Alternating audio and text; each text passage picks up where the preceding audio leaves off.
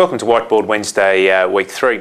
This year what I'm going to try and do as much as possible is actually, whilst keeping a fairly long-term and strategic view of most of the discussions that we will actually have, I want to try and contextualise it around issues that are happening in and around the moment, and particularly those which are happening around our club. And quite clearly, a lot of those will relate to issues relating to the building of the team, and we understand that, and that's a critical factor as we've gone from obviously the rebuilding of the club, the rebuilding of the team phase of our development, now into that more pointy end. It's about the winning and the losing, and as I've said in plenty of times, we're still very much in development mode, and we understand that, but we also recognise that really in footy there's sort of only, I've always described it, and with some sort of cynicism if you like, there's only two phases you can actually ever be in. The first one's in the winning phase, which is really cool, but the second phase is sort of the misery phase, and in our caper we've sort of got an industry which is dedicated to misery, which is obviously people who from a media point of view or from an outsider's point of view or like to really paint a very glum picture if things aren't going as well as what they would expect, not necessarily how we would expect, versus how we remain optimistic and how we stay positive. And I talked a little bit about that last week when we went through this notion of this emotional ups and downs and how it actually applies, and all those sorts of things, and our need to remain relatively steady and keep an emotional bandwidth which is realistic. And so what I'm going to talk about is how we actually retain and maintain that emotional bandwidth in a way which is important, because if our emotional bandwidth, even if we're saying if our expectations are down here, well, our emotional bandwidth, if you like, is in the wrong spot as well. The same way if it's up here, it's in the wrong spot. So how do we actually establish where it is here? And the critical component of that, as I mentioned last week, is the measurements, but it's more how we actually deal with it, from an emotional perspective. But what I want to do is bring a little bit of perspective. Mick Malthouse, one of the great coaches of AFL football, and certainly the coach of the moment in regard to being the premiership coach. There's some just interesting facts about him which I just wanted to work through. He's coached 642 games, and so therefore, if you say a coaching day for any senior coach is around, say, 3 hours of match time, and by the time you put half time and quarter time, they have immediate pre-game stuff in there. Could be 3, could be 4, could be 5, depends on how you want to define it. But say more intense game time related coaching so he's coached for around 1,926 hours in his career out of his 642 games. He's got a terrific winning percentage. 57 is actually amongst the very highest in the game. Anything over 50% is generally a very strong winning history for any coach. He's coached 3 premierships during that period of time. He coached obviously the Eagles in 92 and 94, then had to wait some time before he coached the 2010 Collingwood premierships. So during that period of time, he's had 9 hours of premiership success of his 1,926 hours of coaching, which means of all of his coaching, where he's actually coached up premiership, has only been 0.5% of his whole coaching career, which suggests just how challenging the game can actually be. The interesting thing, even as a coach, if you want to bring it back down to days, and he's been a 365-day-a-week coach, or he's been at least thinking about it 365 days, I'm sure, since he actually stepped into coaching way back in 1984 with the Western Bulldogs, or Footscray as they were then. He's since had 10,000 days of coaching, and he's had 3 days of premierships, and if you want to look at that percentage, it's way down at 0.03%. And whilst I'm only saying that for the reasons that and we talk about it in the term, the game does not give up its rewards easily. And this notion of, if we're all very focused on winning premierships, which clearly we are, they're really hard to win. And even when you win them, it's all the things which are in and around the creation of them and dealing with the various phases that you have to actually deal with well, which creates that.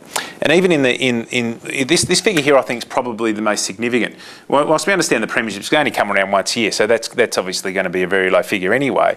But just what this means is that in almost half the games that Mick's had to coach in a very successful coaching career, he's had to deal with the various phases of winning and losing almost on an equal basis, which brings me back to this area here and how we actually deal with it. As I mentioned before, as I mentioned last week rather, we use and trying to have a realistic measurement to try and create this band, if you like. But we also know that, that things happen during a course of the year which can actually, we may have gained a momentum into our season, which is such that we can actually optimistically view the potential outcomes of a year, but also can actually work the other way. If you have a bad run of injuries, if you have circumstances outside of your control, can mean that in fact you're not able to actually operate at quite the level you are. But even with those various things happening, this won't actually happen. Generally, the game overshoots on optimism, and the same for pessimism. People get too down, people go too up. We know that the reality is always somewhere in the middle somewhere.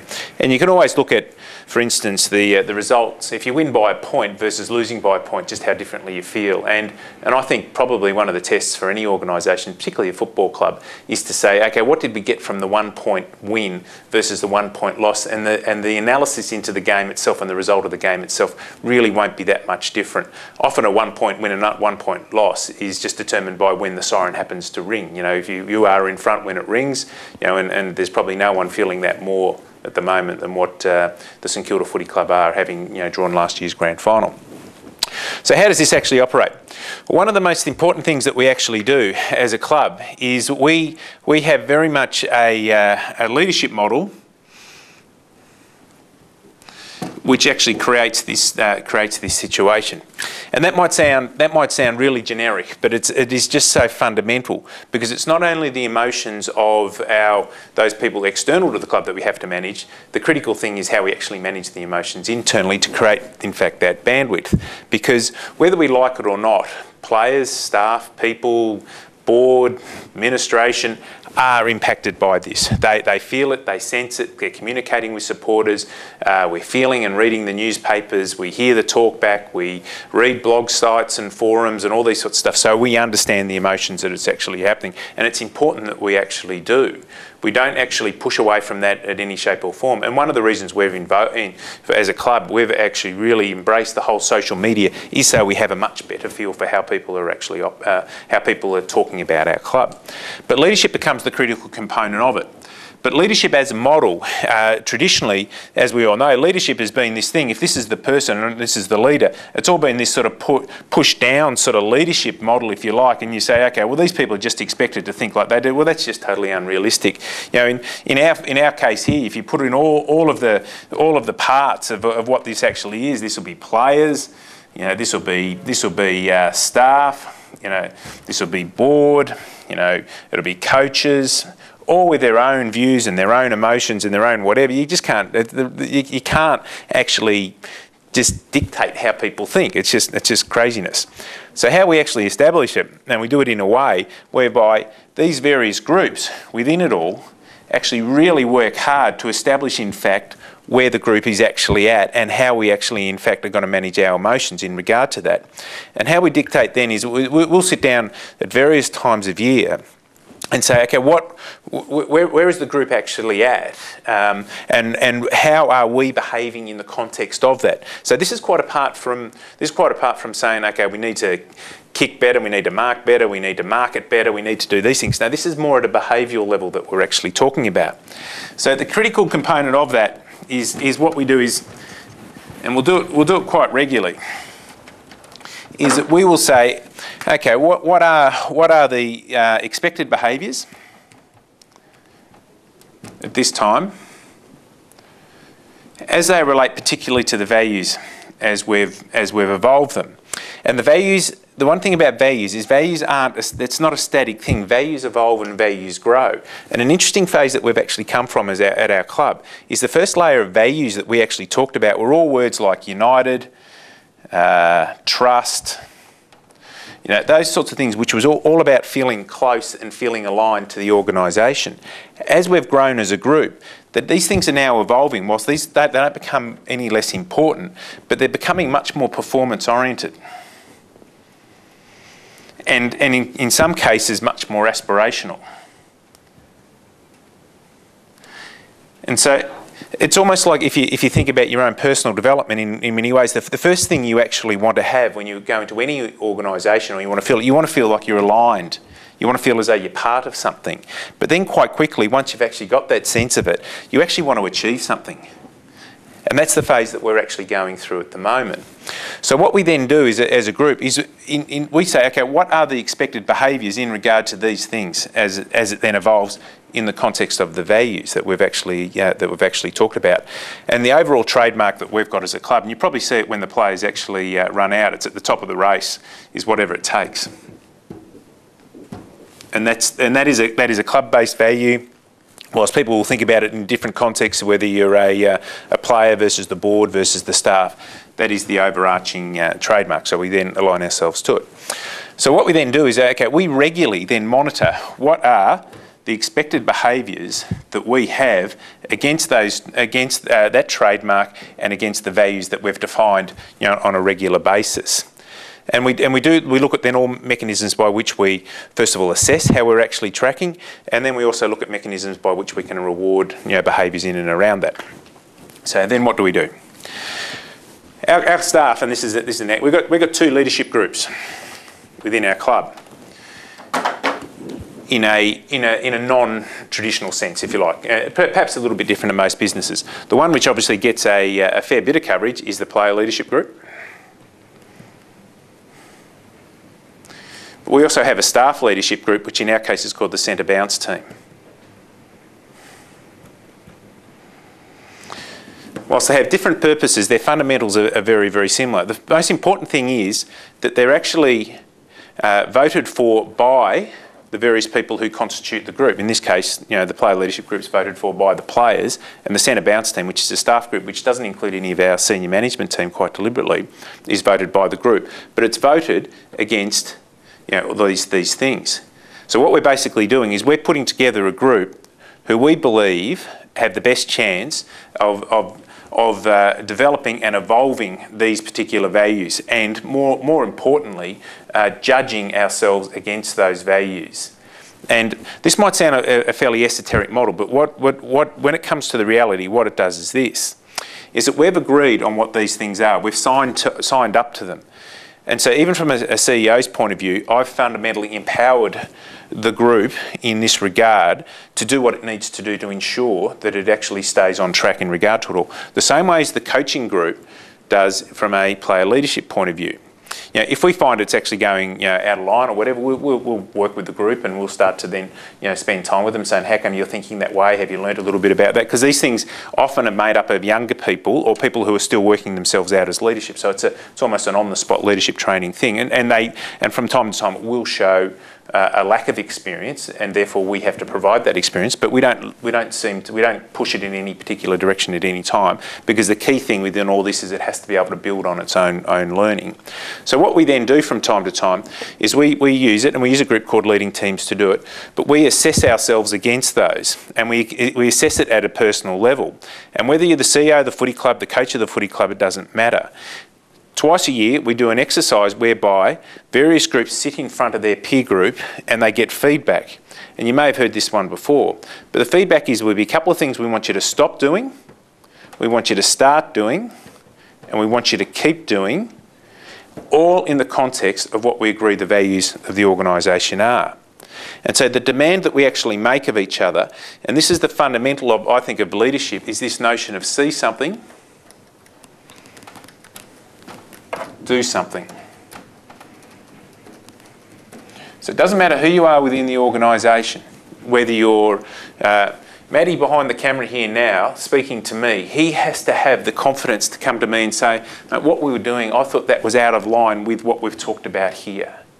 And if I'm not prepared to actually accept that feedback, well, I'm not empowering this model and therefore not creating the trust and therefore not giving these our staff and our people the opportunity to perform and aspire in regard to their particular role. So that's a fundamental part of it. And the reason why I talk about this without wanting to bring it up again is the decisions that were made, or the decision that was made by the player leadership group this week in regard to Brent Maloney.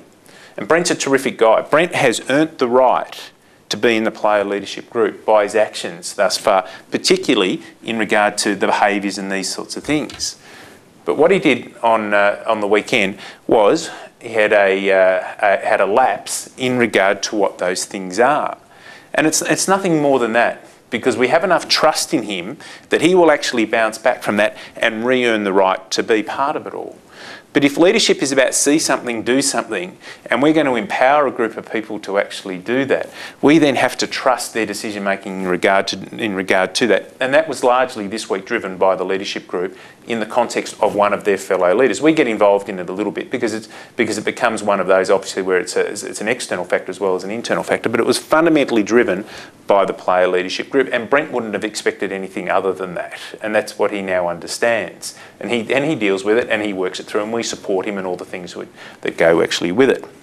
Because the most fundamental part of this see something, do something thing is this notion of how do we actually model behaviour. And you can't have any expectations of any leader if they're not prepared to then model the behaviours that you actually are seeking from them. And so therefore, and it was only a lapse because we know that what Brent has done over a fundamental, and in 95% of what he's actually done in our organisation, he has modelled the behaviours that we're actually seeking. And the interesting thing for him, and the great challenge that he's now got, is he now has to continue to do that in the way that he actually does, whether that's through on-field, whether that's, and he's been very active with our next level leadership, particularly with the various camps and things like that he puts together. He needs to still be able to do that whilst not formally being a member of the player leadership group, and he'll do that. He's more than capable of that because he will manage himself in such a positive way to ensure that that in fact happens. So the support that we then need to give as a club is this sort of handing over of responsibilities, simply because of this push down sort of leadership model just doesn't simply work. But neither will it work if I'm not, or Jim's not, or the board's not, or the senior leadership group within the club is not prepared to model the behaviour, and nor if we're not expected to do, we're prepared to not live the mantra of see something, do something, and it's very, very important.